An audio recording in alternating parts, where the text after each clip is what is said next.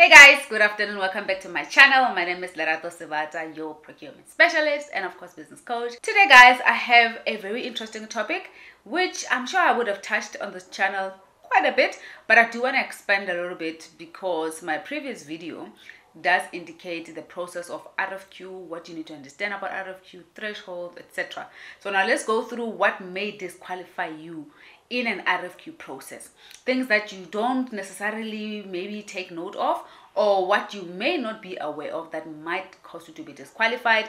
And today I want us to chat about that because I want you guys to win those bids, okay? To not be bidding in jail, it's not any objective. So let's chat about that today.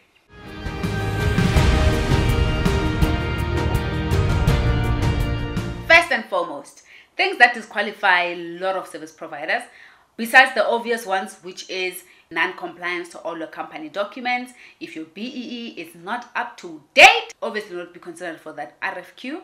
And or if your SARS tax clearance certificate is not up to date, or it has expired, or you even have any court judgment with SARS, then you may not be getting any further in terms of being shortlisted for any RFQ evaluations.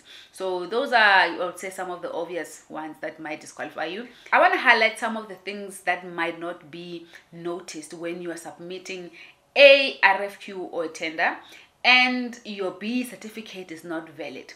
So I'll tell you some of the scenarios of when does this happen, which does result in disqualifying your bid. As a director of the company, you are required to complete the BE affidavit form. And guys, you need to understand that your affidavit needs to be according to the right sector that you operate. If you go onto the DTI website, under the B affidavit forms, you have to download the correct one. So there is sectors for like ICT, for example, or telecoms. There is insurance, banking, finance, and then there's agriculture, there's construction, so there's about 7 categories. So if your type of service that you offer do not form part of any of those sectors, you can then complete the B affidavit under the general ones, right? You download that one. It's like written general services. So only if your type of service do not form part of any of those sectors. So the danger is here. If you then complete a B affidavit form that is not from the correct sector, then your affidavit might not even hold any water, and that means you might just be disqualified. Yeah. The other thing to note as well under the B topic, if you are then a director of a company and you send someone to go and complete the affidavit on your behalf, because remember guys, you did not sign any power of attorney to assign this person the rights and responsibilities of the company for them to execute those type of responsibilities, then that is almost seen as misrepresentation. So therefore what you need to do is to ensure that you are the one who completes the B affidavit and then get it signed and stamped by the commissioner of oath. I hope I'm clear. Now, if you do not follow any of these two instances, then your bid might be disqualified. The other instance I'm thinking of now, I just remembered, is if your company is maybe a QSE, your company's annual turnover is between 10 million to 50 million, and you go and complete a B affidavit for EMEs, which is anything between less than 10 million, that is also not a true reflection. And the further dynamic about this is, when you are required to submit your financial statement as a business, what happens internally is that the BE evaluation team looks at your finances. If what you're saying in the finances and what you've declared on the B certificate, and these two do not match, then when I discrepancies, it becomes a real problem, which might also form part of you being disqualified. So this B umbrella is huge and quite wide. The other thing is that, obvious ones is you doing B fronting and B misrepresentation. This one, guys, no one thinks even about it twice. You are cut once and for all, disqualified. So B fronting, guys, is you find a company, let's say they make laptops, and they are maybe level 8 BE or non-compliant. They don't have any black ownership, management, nothing. There's no black representation in their management structure. And then they come and appoint a small company who is 100% black owned. They say, hey, come and partner with us, and we have this client. We just use your company, you know, to run the business, and then you just become basically forefront, né? And all the transactions, POs, you know, invoicing will happen with your company, and Rona will give you, you know, whatever agreement you guys agree on, will give you something, and that's just how it is. So what then happens is that you will then be loaded or having a vendor number with that particular client, thinking that you are the vendor or the actual supplier of these goods, which is laptops. Until you do nothing, all you just do is do administration. When all you do is to manage, to submit the codes, to submit invoices, and submit all the company documents. Obviously, that is fronting. In that manner, once you are discovered, you will be disqualified, right? Of course, this is post-award, but there's other ways or other terms when you might be disqualified to even be part of the vendor database. Some of them are really catastrophic type of risks and or disqualification metrics. You know, maybe I'll do a separate video for that where I can expand on these catastrophic incidents that can cause people to lose deals, you know. Or if you are submitting fraudulent documents, I mean, why would you submit fraudulent documents when you're submitting a bid? Sometimes, you know, abantu guys, they think that companies don't do these checks. You know, you might get away with it once or twice, or hear that other people got away with it because this department or that company or that, they didn't see it. But that does not mean there will not be audit one day happening, and they might then see you lied, you know. And then the other thing is that if you had managed to get away with these things for a certain time, the day you are caught, once they catch you, it's the end of your life, because you'll be blacklisted all over. Okay, so that's not something that you want to do. I mean, some industries, they will really blacklist you for 5 years or 10 years to never even operate in that sector. Finance being one of the critical ones, because I mean, you know, another reason why your bid might be disqualified is conflict of interest.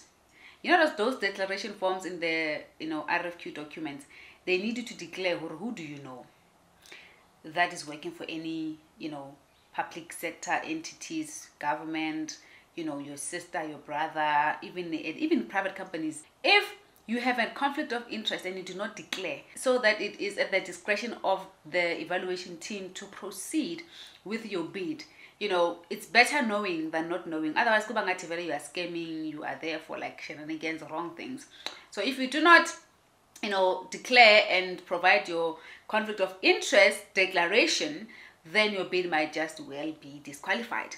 You know, if you do know a brother, a sister, you know, a friend that you have special interest, because the reality is that the reason why, you know, this is required, guys, let me explain this, because you may have favorable tendering than any other bidders in there, because these people that work in there can influence or impact how the evaluation will go, and you having access to information prior to any type of, you know, documents being sent out, or even just their preference. You know what I'm saying? So if you know someone go that particular organization and you've declared that I know Lerato and this is her position in this department, then if the services you offer as a business, they are unique, rare, bespoke, you know, very specialized, sometimes there's a written exemptions to consider your bid, because the type of service you offer, they're not, you know, are available in J.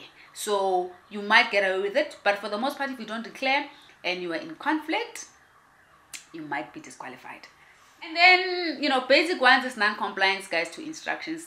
If you do not follow what the instructions say right there in that RFQ document, you're in trouble, because the team that are evaluating, they have specific rules and requirements on how we need to submit your bid. The thing about procurement, guys, is it's very square, I would say, profession and department. Izinto zabo zihamba ngomthetho, governance, rules, policies, procedures. So if you don't follow, trust and believe, you will not even make it far. If you're not disqualified, you will not be shortlisted. So sometimes follow the rules, follow instructions. If they need you to submit this thing in this particular order, in this particular manner, please do that. If your tender must be on time, make sure that you submit on time. And that's another thing also that will disqualify bids. If you submit late, we're thinking in submitting early, it's okay. No, of course not early a day before, but I mean you could, but you know what I'm saying. So some people are literally 2 minutes late, especially those online submissions. Those ones, guys, are dangerous. I'm a broadband network and connectivity are not the same. If I'm submitting any RFP via email and my time now it says 15:51, submit, and my network is slow, and also their network might be slow, then when they receive that it says maybe let's say closing time is 4 o'clock, right? 16 hours. They receive it at 16:02. It's late. So they have to record the time that this thing was sent. That's why there's now implementation of ERP solutions that do e-sourcing, where suppliers can submit their tenders in this platforms and solutions that are out there, because then it almost captures the time in real time basically. So but the point is that your bid must not be late. If your bid is late, other companies, other organizations, but so yeah, sorry guys, someone is calling. Another thing, guys, that might cause you to be disqualified is if you are financially unstable, maybe you have a bad record or history, there's bad reference points in regards to your name and your business. Maybe you were given money to do this, you didn't do it. Yeah, you paid you an invoice and you're supposed to finish work and you did not complete work, and now you are submitting a tender. Hey, bad record, guys, can disqualify you. And people take this light. Just because you did bad in a previous project and then you're hoping to get this new one, under whose house? Companies will say, sorry, this person couldn't finish their project. Why must you award them a bid? They just put it aside and put you on ice. They're just so all of those reasons, so you have to show up professional and have to manage your company finances so well. Otherwise, then you might just be disqualified. So guys, these are just the simple reasons what may cause your company to be disqualified during any RFQ process. When they'll do catastrophic reasons, like the deep ones, those ones where you are in wrong associations and then you are basically in wrong spaces, and then you may not even be qualified to proceed with that bid. I mean, there are companies that win bids, but because they are in wrong places, wrong time, wrong people, then they cut off the award. But that's a topic for another day. Today, this is what I just wanted to talk about. If you guys did like this video, once more, give it a thumbs up. Please subscribe to my channel. I really appreciate it. And as per usual, if you need me to help you, do email me on info@roigroup.co.za and I'll gladly be of assistance to you. Yeah, have a good one, guys. We'll chat really soon. Bye.